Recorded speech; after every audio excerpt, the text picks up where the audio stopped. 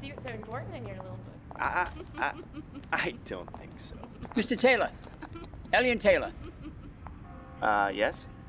My name's Jerome, Mr. Taylor. Just Elliot, please. Well, Elliot, it's a pleasure to meet you. I've read all your books. I think you must have me confused with someone else. I haven't written any book. I'm sorry. Well, they may not have been published yet, but you've certainly started one by now. Oh. Tell Susan we're taking a walk.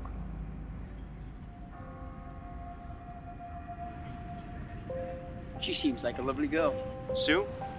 She's great. Real smart. It must be nice to have each other's support, though. You know, in the field. Well, really, it's the tediousness of the labs that's tough. We all put our time in. Time. Time that could be used to accomplish something significant. Significance? Nah.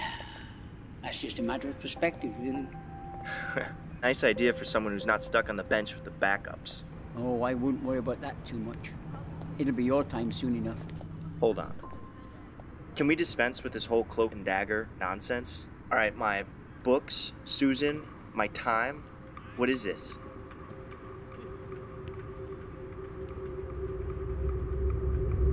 I'm from the future.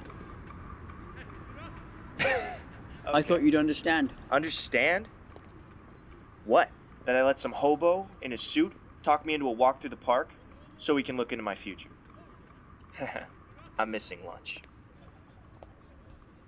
I'm only here because of you. Your theory of time flow displacement? There wouldn't be time travel without you.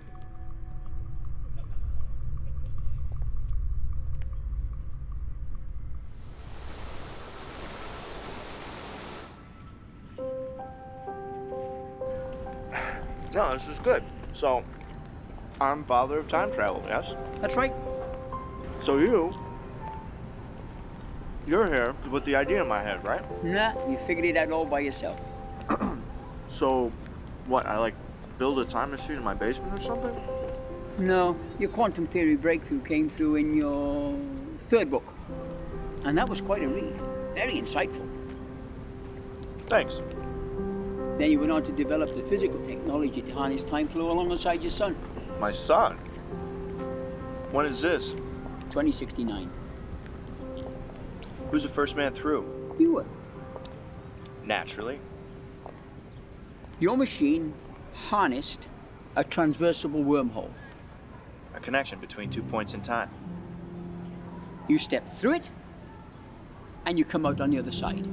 However, the machine is able to manipulate time flow on the exit side.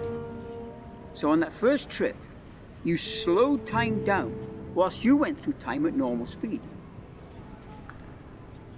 So when you stepped through it, you came out into the future on the exit side.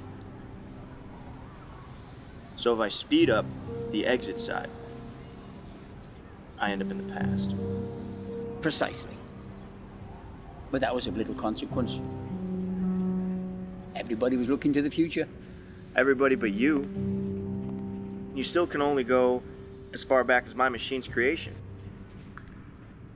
Which begs the question, how did you get here? Do you think you're the only one with any bright ideas?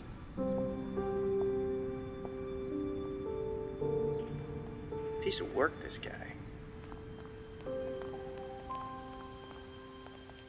So if you can't tell me how you got here, I suppose you can't tell me how you get back either. I'm not going back. Of course not. You didn't think that far ahead. Or behind, maybe.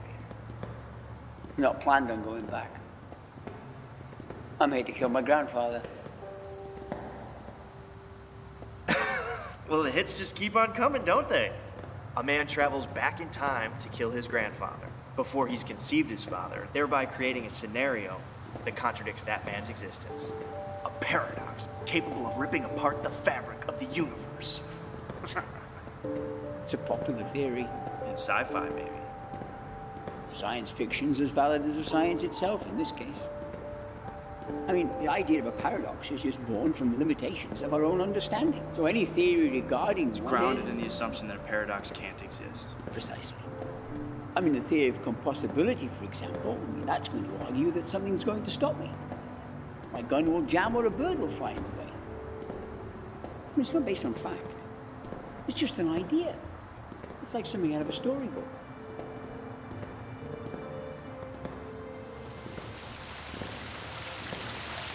We talked about these theories in school. I remember one suggested that time was like a stream. If we were able to change it, the ripples of that event would affect only a small area of time. But the stream keeps flowing. The broad course of future events would remain intact. Like a temporal course correct. If you kill your grandfather, someone will step into his place. Fill the void that he left in history. Well, there's only one way to find out.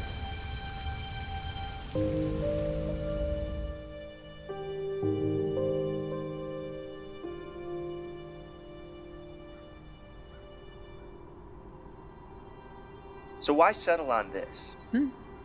Killing your pop-pop, I mean. Well, for me, it's the only action of any real significance. No, that's not it. Come on, I bet Grandpa was a real prick. He was. That's not why I'm here. Oh, other ventures offer the prospect of doing and seeing something that no one has before. But this is a chance to cast aside the limitations of the universe. To glimpse the unknown, to become something more. Yeah, but okay, the risks involved... The risks involved are of no consequence. Great discoveries were never made by men who were afraid. Einstein and Oppenheimer were not risking their own existence. And do you think that would have stopped them? No. And neither will I let fear govern my actions. Fine.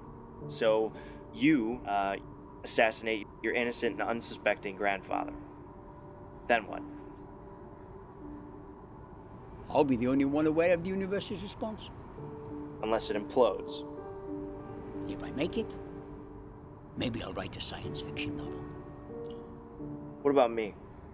I could go to the news, the papers. I always wanted to be on TV. You always did like the spotlight.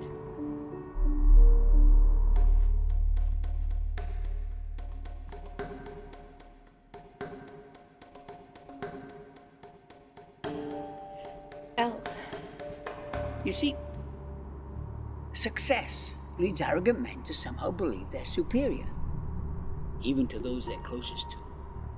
Take Susan up there. Your selfishness completely smothered her ambition, as well as managing to alienate your entire family. Whoa! Oh, you salvaged their relationship with your son by letting him ride in on your coattails. I mean, he was bright, but he lacked your sense of innovation. That seemed to have skipped a generation. All right, Jerome, that's enough. Take a seat, Grandpa.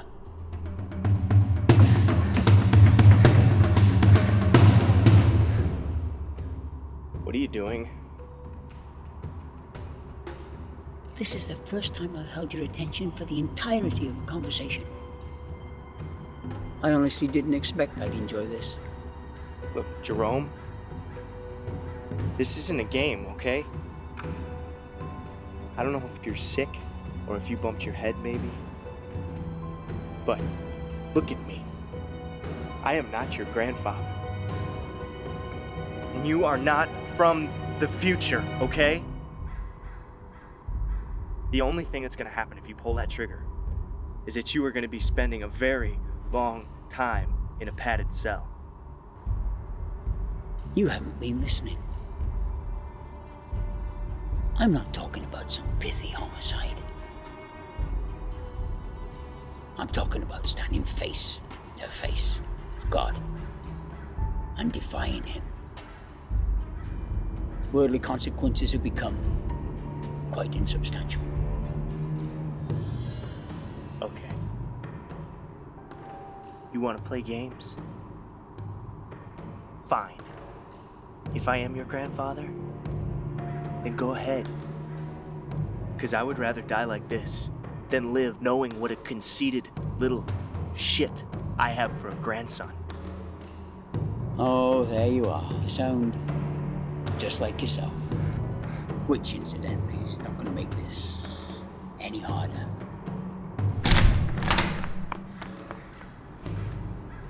I'm sorry. I did not mean that.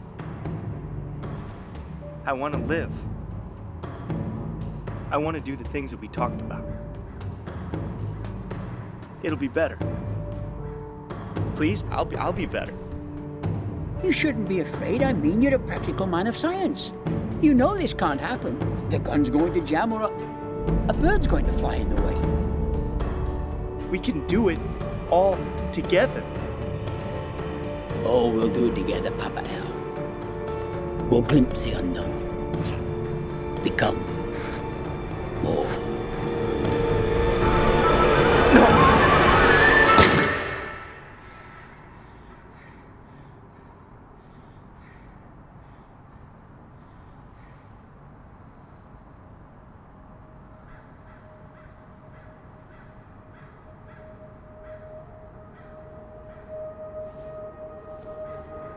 Susan? What are you doing? Nothing. You okay?